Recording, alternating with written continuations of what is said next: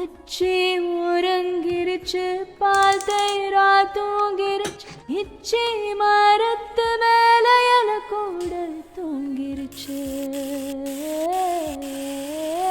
காச நோய்காரிகளும் கண்ணுறங்கும் வேளையில ஆச நோய் வந்த மகார நிமிஷம் தூங்கலையே நெஞ்சுக்குள்ள உம்மா முடிஞ்சிருக்க எங்க எத்தி செய்ய என் பொழப்பு விடிஞ்சிருக்கும் வெள்ள பார்வை வீசி விட்டீர் முன்னாடி இந்த தாங்காத மனச தண்ணி பட்ட கண்ணாடி பண்ண